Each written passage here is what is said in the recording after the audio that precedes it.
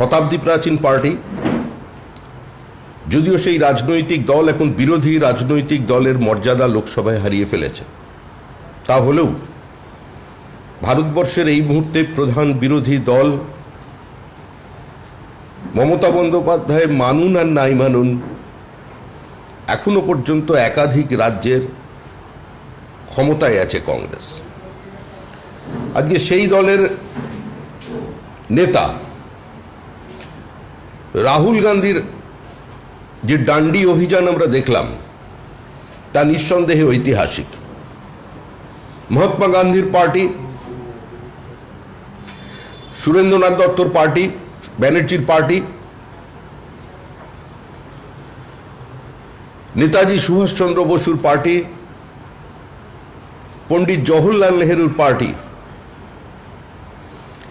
আজকে দুর্নীতির থেকে বেঁচে থাকবার জন্য আজকে তারা এমনভাবে দিল্লির রাস্তায় পদযাত্রা করলেন এবং মৃতপ্রায় ক্ষয়িষ্ণু কংগ্রেসের কিছু মানুষকে দূর থেকে নিয়ে এসে দিল্লির জনজীবনকে অবরুদ্ধ করলেন, তা নিঃসন্দেহে নজিরবিহীন। 1930 সালে 5000 স্বাধীনতা সংগ্রামীর তারা তৈরি যে অ্যাসোসিয়েট জার্নালস লিমিটেড, এজেএল নামে যা সকলের কাছে পরিচিত, তার সাম্প্রতিক তৎকালীন মূল্য যে সময় ট্রানজাকশন হয় তা ছিল প্রায় 2000 কোটির কাছাকাছি। ইয়ং ইন্ডিয়ান্স নামে একটি কোম্পানি, যে কোম্পানি 5 লক্ষ টাকার কোম্পানি, যে কোম্পানি তৈরি করাতে প্রথম অবস্থায় রাহুল গান্ধী কিংবা সোনিয়া গান্ধীর কি ভূমিকা ছিল তা দুর্বোধ্য, কিন্তু মালিকানা না পাওয়া সত্ত্বেও তারা দুজন 76% শেয়ার হোল্ড করলেন সেই কোম্পানিতে। যে কোম্পানি তৈরি হয়েছিল জনসাধারণের কাজ করবার জন্য, বিভিন্ন সামাজিক প্রকল্পকে বাস্তবে রূপায়িত করবার জন্য, আজকে সেই কোম্পানি রিয়েল এস্টেটের ব্যবসায় নেমে পড়লে, আর কালক্রমে এজেএল এর সমস্ত শেয়ার আজকে চলে গেল সেই ইয়ং ইন্ডিয়ান্সের কাছে, যার কার্যত মালিকানা বর্তমান গান্ধী পরিবারের হাতে। কংগ্রেসের তোলা 90 কোটি টাকা লোন দেওয়া হয়েছিল একটা কোম্পানিকে, পরবর্তীকালে এজেএল এর এই লোনটিকে ওয়েভ করে দিল ইয়ং ইন্ডিয়ান্স। দিল্লি হাইকোর্ট 2019 সালে রায় দিয়েছে যে এই ট্রানজাকশন অত্যন্ত গোপনীয়, অবৈধ এবং সন্দেহের ঊর্ধ্বে নয়। মহামান্য দিল্লি হাইকোর্টের কার্যত নির্দেশে আজকে যে কোম্পানি সম্পূর্ণভাবে টেন্টেড হয়ে গেছে এবং তার সঙ্গে যারা জড়িত ছিল, সেই কোম্পানিগুলো একটি কলকাতা বেসড হাওয়ালা কোম্পানির মাধ্যমে এই এন্টায়ার ট্রানজাকশন করলো, তা নিয়ে দীর্ঘদিন ধরে তদন্ত চলছে। আজকে ক্ষয়িষ্ণু কংগ্রেস, যারা রাজনৈতিক দিশাহীনতায় ভুগেছে, যারা 2014 সাল পর্যন্ত একটা দুর্নীতিগ্রস্ত পরিবারতান্ত্রিক নীতিপঙ্গুত্বে ভোগা সরকার চালিয়েছে, আজকে ভারতবর্ষের অধিকাংশ সমস্যা এবং জটিলতার জন্য যে পরিবার দায়ী, যে রাজনৈতিক দল দায়ী, সাম্প্রতিককালে বিরোধী দলের ভূমিকা না পালন করে সারা ভারতবর্ষের প্রত্যেক ক্ষেত্রে মানুষের দ্বারা তারা প্রত্যাখ্যিত হয়ে আজকে এই কদর্য পথ বেছে নিয়েছেন। সারা দেশের মানুষ দেখলেন স্বাধীনতা আন্দোলনের স্মৃতি বিজড়িত ভারতের জাতীয় কংগ্রেস, যা ব্রিটিশের আধিপত্যবাদের বিরুদ্ধে, ব্রিটিশ পিরিয়ডের বিভিন্ন দুর্নীতির বিরুদ্ধে, স্বেচ্ছাচারিতার বিরুদ্ধে, প্রান্তিক মানুষের ওপরে দখলদারির বিরুদ্ধে লড়াই করেছিল, আজকে সেই রাজনৈতিক দলের আজকে সর্বোচ্চ নেতা বুক ফুলিয়ে এগিয়ে চলেছেন। কারণ তিনি এবং তার পরিবার এই দুর্নীতির জালে সম্পূর্ণভাবে জড়িয়ে পড়েছেন। আজকে দেশে দুর্নীতির বিরুদ্ধে কোনো তদন্ত করা যাবে না।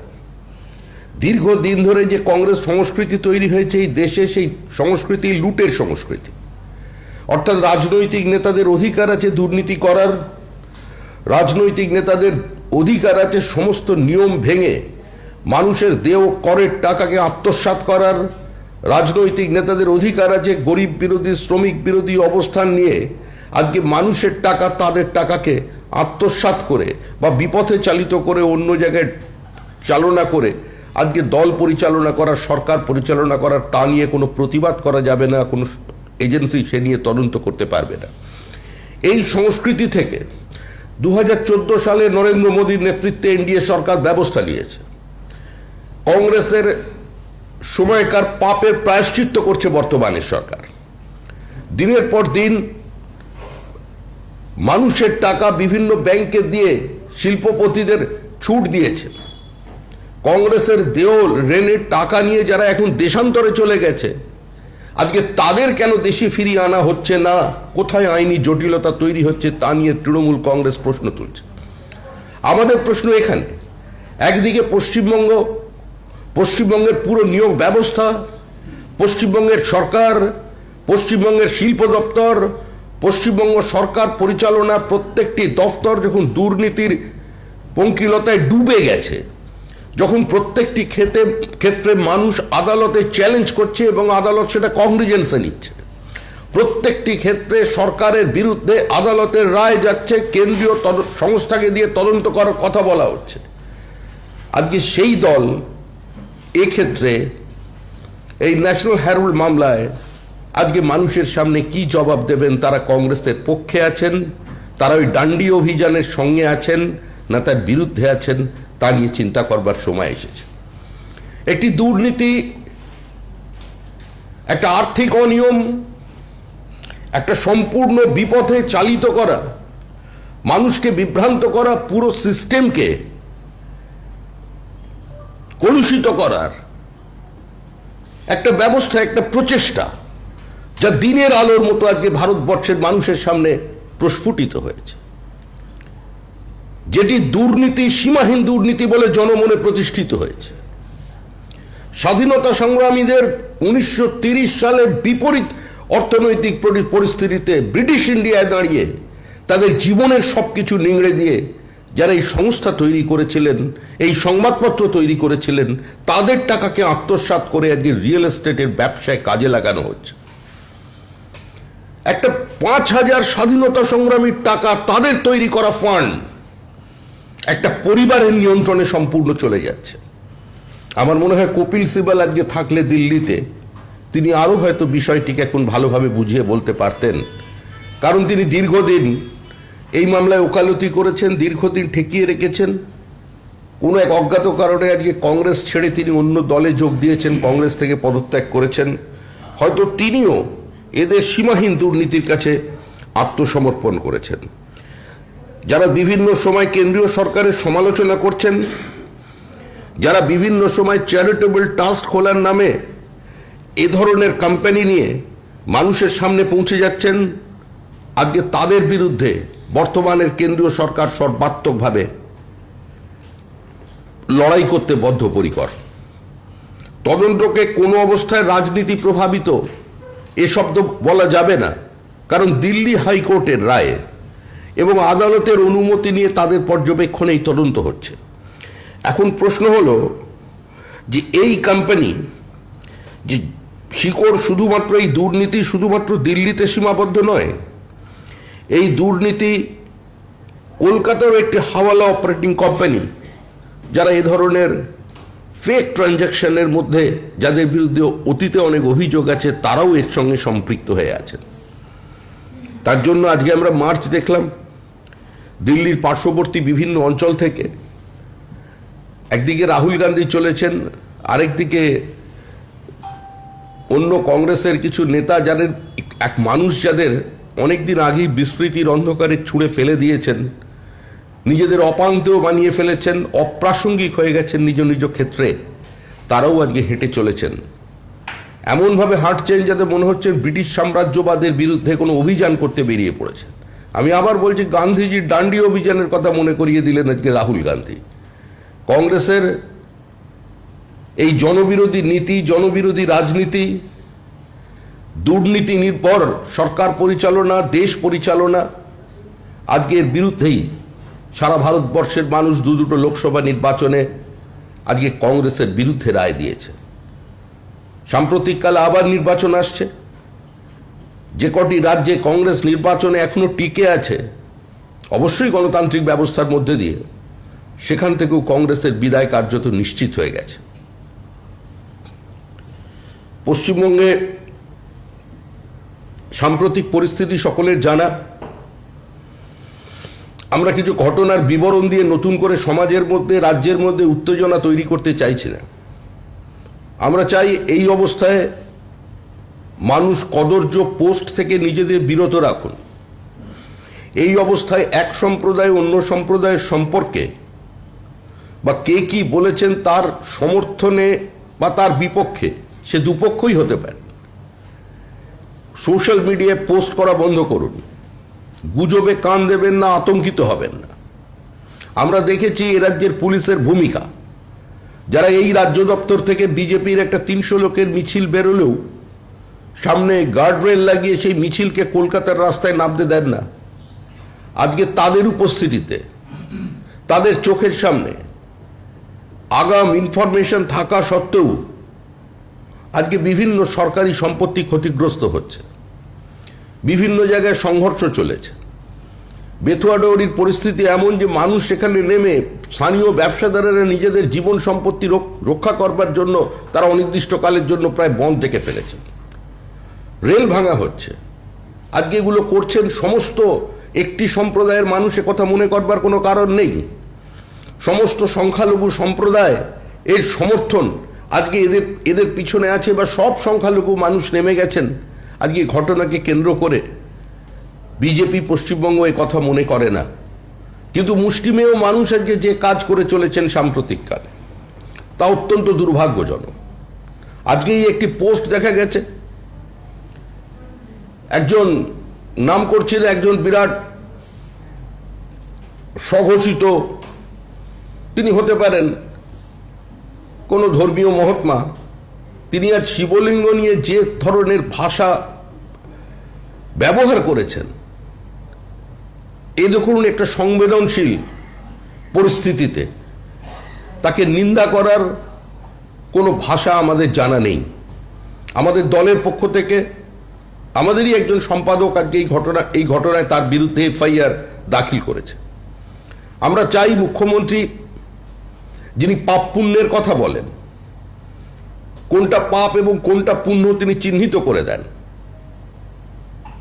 আজকে এক্ষেত্রেও তিনি সঠিক ব্যবস্থা নেবেন। যিনি অন্যের গ্রেপ্তারের দাবি করছেন, এই ক্ষেত্রেও তিনি অন্তত নিজের রাজ্যে যার বিরুদ্ধে যিনি এই ঘটনা ঘটিয়েছেন তার বিরুদ্ধে কোনো ব্যবস্থা নেবেন বা তাকে গ্রেপ্তার করবেন, সেটা সম্পূর্ণ মুখ্যমন্ত্রীর ব্যাপার। আমরা বিভাজনের রাজনীতি চাই না। হিন্দু মুসলমানের সংঘর্ষের এটা সময় নয়। কোনো বিচ্ছিন্ন বিক্ষিপ্ত ঘটনাকে কেন্দ্র করে পশ্চিমবঙ্গের শান্তির পরিবেশ নষ্ট হোক, দেশে অশান্তির বাতাবরণ তৈরি হোক, আজকে সেটা কাম্য নয়। আজকে মিডল ইস্টেও যে সমস্ত দেশ যাদের সম্পর্কে বহু তথ্য বিভিন্নভাবে সংবাদ মাধ্যমে এসেছিল, আজকে তারাও এই ফ্রিঞ্জ এলিমেন্টদের বিরুদ্ধে, যারা বিভিন্ন জায়গায় রাস্তায় নেমে হিংসা ছড়াবার প্রচেষ্টা করেছেন, তাদের চিহ্নিত করা এবং ডিপোর্ট করবার কথা ঘোষণা করেছেন। এমন কোনো উক্তি, এমন কোনো পোস্ট করা উচিত নয় যা চিরায়ত মানুষের কোনো বিশ্বাস আবেগকে আহত করে। এর থেকে নিজেদের বিরত রাখবার জন্য আমরা সমস্ত রাজ্যবাসীর কাছে আবেদন জানাচ্ছি। আমরা দলীয় কর্মীদের নির্দেশ দিয়েছি যে কোনো ধরনেরই আক্রমণ আসুক না কেন, যে ধরনেরই শব্দ ব্যবহার করা হোক না কেন, কিছুদিনের জন্য নিজেদের মৌন রাখুন। কারণ একটা পোস্টের পাল্টা আরেকটা পোস্ট, তার পাল্টা আরেকটা পোস্ট, এতে আর যাই হোক শান্তি প্রতিষ্ঠা হবে না। এতে আর যাই হোক এই সমাজকে সুস্থির রাখা যাবে না। এই মুহূর্তে যখন কতিপয় মানুষ যাদের বিভিন্ন মাধ্যম চিহ্নিত করবার চেষ্টা করছে, যারা পরিকল্পিত উপায়ে বিভিন্ন সময় ঝামেলা তৈরি করছেন, আক্রমণ করছেন, আজকে তাদের চিহ্নিত করে তাদের জনবিচ্ছিন্ন করাটাই সমাজের কাজ। প্রশাসন প্রতিদিন প্রেস কনফারেন্স হচ্ছে, বিভিন্ন পুলিশ অফিসিয়ালদের বক্তব্য আমরা শুনছি। রাজ্যের মুখ্যমন্ত্রী তো চিহ্নিতই করে দিয়েছিলেন যে বিজেপির পাপ বলে। আমরা এই পাপ পুণ্যের রাজনীতি তো ওপরওয়ালার বিষয়, কোনটা পাপ কোনটা পুণ্য সে তো ভগবান কিংবা আল্লাহ তাআলার খাতায় লেখা থাকবে।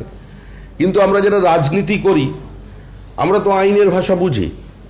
আমরা বুঝি যদি পাপ হয়ে থাকে, যদি কেউ পাপ হয়ে থাকে তার বিরুদ্ধে আইনানুগ ব্যবস্থা নেওয়া উচিত। আজকে যে পাপ পশ্চিমবঙ্গে সংগঠিত হলো, একজন ক্লার্জি আজকে যে ভাষায় শিবলিঙ্গকে কেন্দ্র করে পুরো সমাজকে আক্রমণ করলেন, আমরা অপেক্ষা করব মুখ্যমন্ত্রীর দিকে যে তার নিজস্ব যে মাপকাঠি আছে, তার নিজস্ব পাপ পুণ্য মাপার যে দাড়িপাল্লা আছে, তিনি সেটাই বিচার করবেন, ওজন করবেন এবং ওজনের ওপরে কতটা ভারী দেখা যাবে তার ওপর তিনি ব্যবস্থা নেবেন। আমরা আগামী 24 ঘন্টার জন্য মাননীয় মুখ্যমন্ত্রীর কাছে আবেদন করছি এই বিরুদ্ধে তাকান। দেখুন, অনেকে মনে করেন বা আমাদের খ্রিস্টান ধর্মগ্রন্থে লেখা আছে মাদার মেরি ওয়াজ এ ভার্জিন লেডি। এখন এই নিয়ে কি কোর্টে কোনো মামলা হতে পারে? এটা যারা খ্রিস্টান আছেন তাদের ধর্মীয় বিশ্বাসের অঙ্গ, এটা তাদের ভাবাবেগ, এটা তাদের আবেগ। এই নিয়ে কেউ পিআইএল করতে পারে না, এই নিয়ে কেউ প্রশ্ন তুলতে পারে না, এ নিয়ে সমাজ জীবনের দীর্ঘ বিতর্ক হতে পারে না।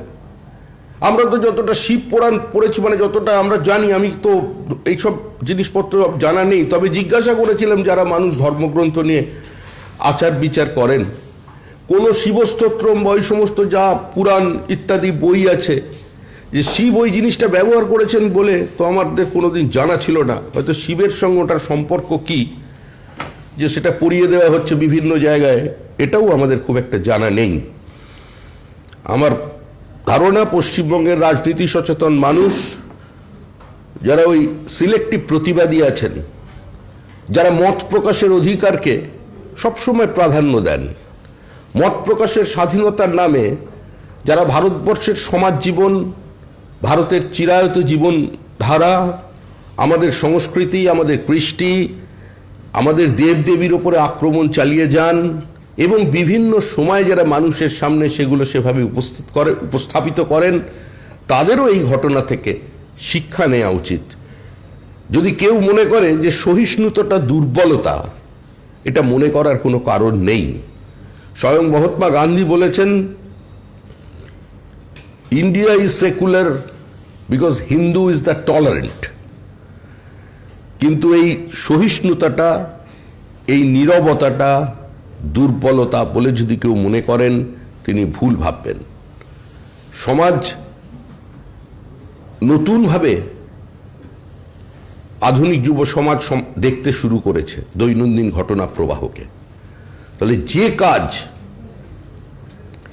একজন ধর্মীয় নেতা হিসেবে বিভিন্ন সময় পরিচিত থাকেন, রাস্তায় রাস্তায় তোড়ন লাগে, বিভিন্ন সময় সরকারকে হুমকি দেন, সরকারের নীতি সিদ্ধান্তের সমালোচনা করেন, কখনো রাজ্য সরকারের করেন, কখনো কেন্দ্র সরকারের করেন, কখনো আবার দুজনেরই করেন।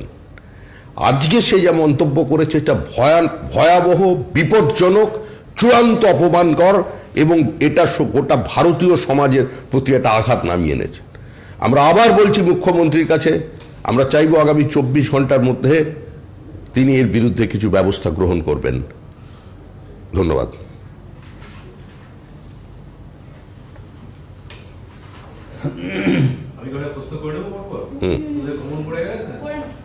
চিফ হুইপ নেই তো করা যেতে আগামী 20 জুন ডেকে পাঠিয়ে নোটিশ পাঠানো হয়েছে। এর আগে গতকাল তৃণমূলের সংখ্যালঘু সেলের তরফ থেকে নকুল শর্মার বিরুদ্ধে অভিযোগ দায়ের করা হয়, তার ভিত্তিতেই এই এফআইআর করেছে পুলিশ। পুলিশ যখন এফআইআর কে গ্রহণ করেছেন তখন পুলিশের মতো ব্যবস্থা নেবে। এই ঘটনাকে কেন্দ্র করে বিজেপি দল হিসেবে যে ব্যবস্থা নেবার নিয়েছে, সরকার বর্তমান উদ্ভূত পরিস্থিতিতে কেন্দ্রীয় সরকারের যা করবার সে করেছে।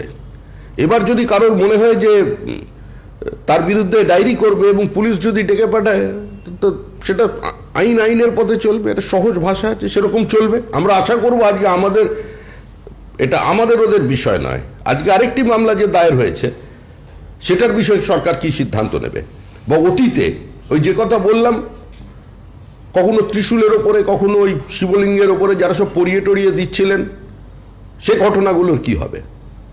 যারা প্রকাশ্যে কলকাতার রাস্তায় নেমে যে বুদ্ধিজীবীরা বসে ওই নগ্ন সরস্বতীর ছবি আঁকাকে সমর্থন করেছেন, তাদের কি হবে?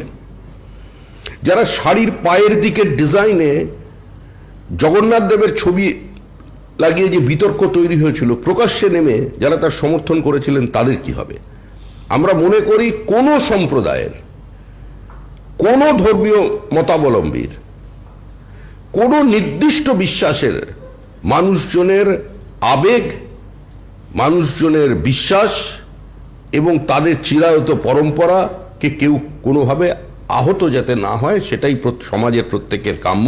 এবং একজন দায়িত্বশীল রাজনৈতিক দলের কর্মী হিসাবে প্রত্যেকটি রাজনৈতিক কর্মীর এই বিষয়ে একদম নজর রাখা উচিত। ঝালদার তপন কান্তি খুনের ঘটনায় আজকে চার্জশিট দিল সিবিআই, যেখানে 5 জনের নাম আছে, কিন্তু যেটা বলা হয়েছিল যে রাজনৈতিক কারণে খুন এবং থানার ওসি এই চক্রান্তে জড়িত, সেই রকম কিছু সিবিআই এর এতে নেই।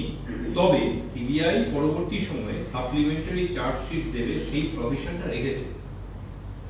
দেখুন, তপন কান্দুর স্ত্রীর দাবি ছিল সিবিআই তদন্তের, তার পরিবার পরিজন সিবিআই তদন্তের দাবি করেছেন এবং তার খুনের ঠিক আগে বোর্ড গঠনকে কেন্দ্র করে পুলিশ অফিসারের ফোন, সে কথা তাদের বিবৃতির মধ্যে দিয়ে এসেছে।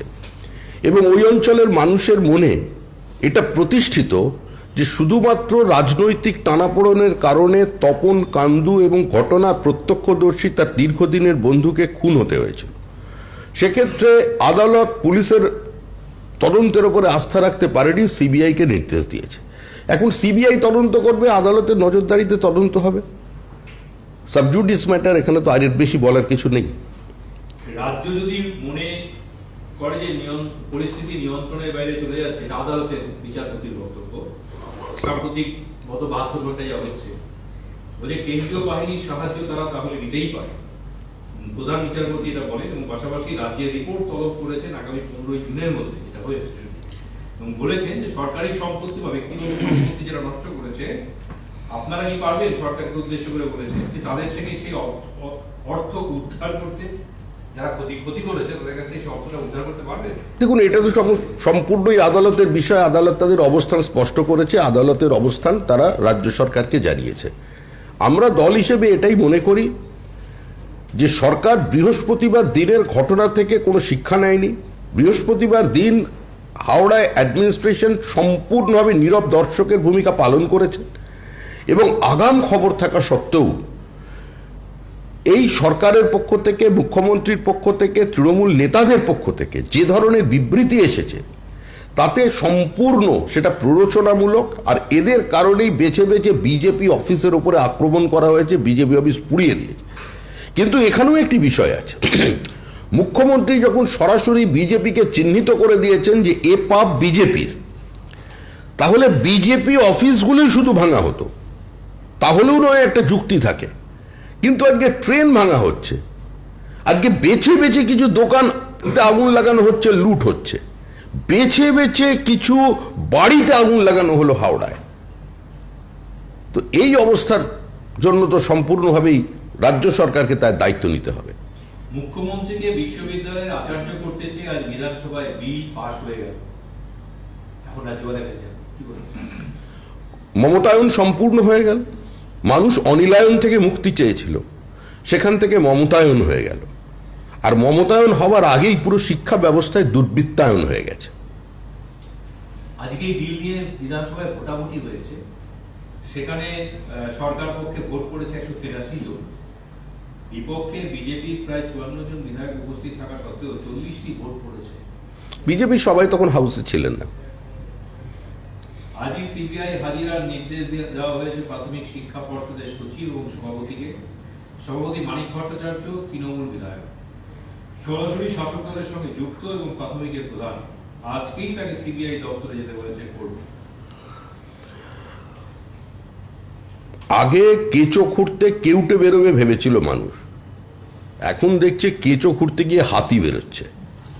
আজকে যেখানেই দুর্নীতির তদন্ত হবে সেখানেই তৃণমূলের নাম আসবে, আর যেখানেই নিয়োগ হবে সেখানেই এ ধরনের নাম উঠে আসবে। গোটা ব্যবস্থাটাকে তৃণমূল দোকানদারি করে দিয়েছিল, আর তার পরিণতি এই জায়গায়। আজকে আরো একটা নতুন করে সিবিআই তদন্তের আদেশ হলো, সেটা হচ্ছে প্রাথমিক টেট 2014, প্রাথমিকের টেট 2014, 2017 সালে দ্বিতীয় নিয়োগ তালিকাটাকে বেআইনি বলা হয়েছে, এবং দ্বিতীয় নিয়োগ তালিকা থেকে 269 জনের নিয়োগকে আইন বিরুদ্ধ বলা হয়েছে, এবং বলা হয়েছে গোটা প্রক্রিয়াটাকে এবার সিবিআই তদন্ত করবে। সবচেয়ে বিপজ্জনক বিষয় হলো, যারা প্রকৃত মেধার ভিত্তিতে কিছু মানুষ তো চাকরি পেয়েছেন, তাহলে এই তৃণমূল জমানায় যারা স্কুল কলেজে শিক্ষকতার চাকরি পেয়েছেন, যাদের সঙ্গে দূর দূর পর্যন্ত তৃণমূল কংগ্রেসের কোনো যোগাযোগ নেই বা দোকানদারিতে যারা অংশগ্রহণ করেনি, তারাও ছাত্রদের দিকে চোখ তুলে তাকাতে পারবেন না, আর ছাত্ররা তাদের দিকে সন্দেহের দৃষ্টিতে দেখবে যে আমার স্যারও হয়তো দিয়েই এসছে। এটা অত্যন্ত বিপজ্জনক পরিস্থিতি। আর আপনি যে সংখ্যার কথা বললেন, ওই সংখ্যাটা ওখানে থেমে থাকবে না। প্রাইমারি, আপার প্রাইমারি, মাধ্যমিক, উচ্চ মাধ্যমিক, কলেজ সার্ভিস কমিশন, যেদিকে তাকাবেন, হেলথ সেক্টর, পুলিশ, পরিবেশ দপ্তর, ইরিগেশন, যেখানে তাকাবেন, আশাকর্মী, গ্রিন পুলিশ, যার কথা বলবেন, সব জায়গাতেই দোকানদারি। আচ্ছা, আরেকটা বিষয় হচ্ছে যে প্রতিমা দত্ত রাজভবনে গিয়ে রাজ্যপালের সঙ্গে দেখা করার জন্য চিঠি জমা দিয়েছেন। তার বক্তব্য যে তিনি প্রাণনাশের আশঙ্কায় ভুগছেন এবং আরো অন্তত 2 জন নিরাপত্তা রক্ষী চান। তাছাড়া হাইকোর্ট নির্দেশ দেওয়ার পরেও বেশ কিছুদিন কেটে গিয়েছে, সিবিআই কিন্তু এখন তদন্ত শুরুই করেনি।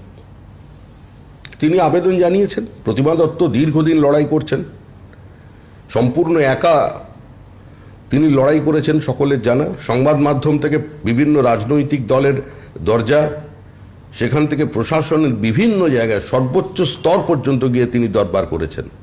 তপন দত্তর হত্যাকাণ্ড সম্পর্কে রাজ্যবাসী জানেন, বহু চর্চিত একটি ঘটনা, এবং বিশেষ করে বালিজগাছা অঞ্চল সিপিআইএমের দুর্ভেদ্য দুর্গে অত্যন্ত সাহসিকতার সঙ্গে যিনি বিভিন্ন অন্যায়ের প্রতিবাদ করেছেন, জমি সংক্রান্ত দুর্নীতির বিরুদ্ধে তার সীমিত ক্ষমতা নিয়ে আন্দোলন করেছেন, তার মর্মান্তিক পরিণতি।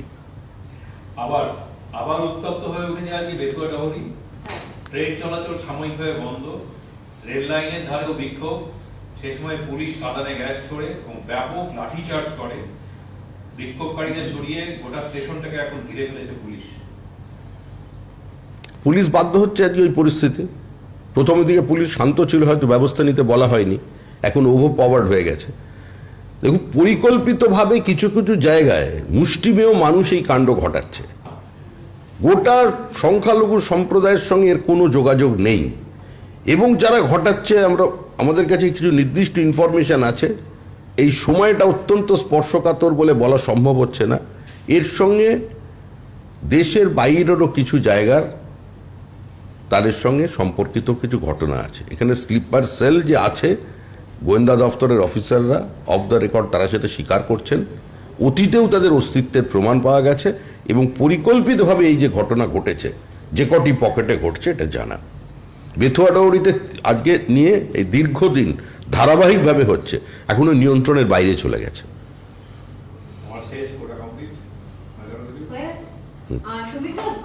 আপনারা রাজ্যে বিরোধী দল হিসেবে এখানে কোনো প্রতিবাদ করতে চাইলে বলেন যে বাধা দেওয়া হয়। অন্য বিজেপি শাসিত রাজ্যগুলোতেও দেখা যাচ্ছে যে বিরোধী দল যারা কোনো সময় কোনো আন্দোলন করতে চাইছেন, সেখানেও বাধা দেওয়া হয়। ফারাকটা তাহলে কোথায়? আমি তো খুব একটা দূরের রাজ্যে যেহেতু বলতে পারবো না, আমি এর মধ্যে পশ্চিমবঙ্গের মধ্যেই সীমাবদ্ধ। এখন দূরকে নিকট করিবার সবচেয়ে প্রকৃষ্ট উদাহরণ হলো নিকট হইতে দূরে যাওয়া। এইখানে আমরা বাধাপ্রাপ্ত এটুকুনি বলতে পারি। আর অন্যান্য কয়েক জায়গায় যদি কোভিড কালে কোনো পারমিশন না নিয়ে কিছু মানুষ রাস্তায় বেরিয়েছিলেন, হ্যাঁ, বিজেপি শাসিত সরকারকেও সে ধরনের মিছিলে বাধা দেওয়া হয়েছে। কিন্তু পশ্চিমবঙ্গের গণতান্ত্রিক যে অবস্থা, তার সঙ্গে বিজেপি শাসিত রাজ্যের, এমনকি অবিজেপি শাসিত রাজ্যেরও কোনো সম্পর্ক নেই। পশ্চিমবঙ্গের ভারতবর্ষের সবচেয়ে বড় অসহিষ্ণু সরকার এখানে আছে, যারা সমালোচনা গ্রহণ করতে পারে না, যারা কোনো আক্রমণ রাজনৈতিক প্রতিবাদকে, প্রতিরোধকে স্বীকার করে না, যারা বিধানসভায় বিরোধী দলনেতা, বিরোধী চিফ হুইপকে বাইরে রেখে বিধানসভা পরিচালনা করেন, 11 বছরে একটা মুলতবি প্রস্তাব গ্রহণ করে না, যেখানে রাজ্যপাল বলে আইনের শাসন নেই, যেখানে প্রতিনিয়ত শিক্ষক শিক্ষিকা তারা আন্দোলন করছেন, কেউ বিষপানে উদ্যত হচ্ছেন। আমার মনে হয় এই পরিস্থিতি ভারতবর্ষের অন্য কোনো রাজ্যে নেই।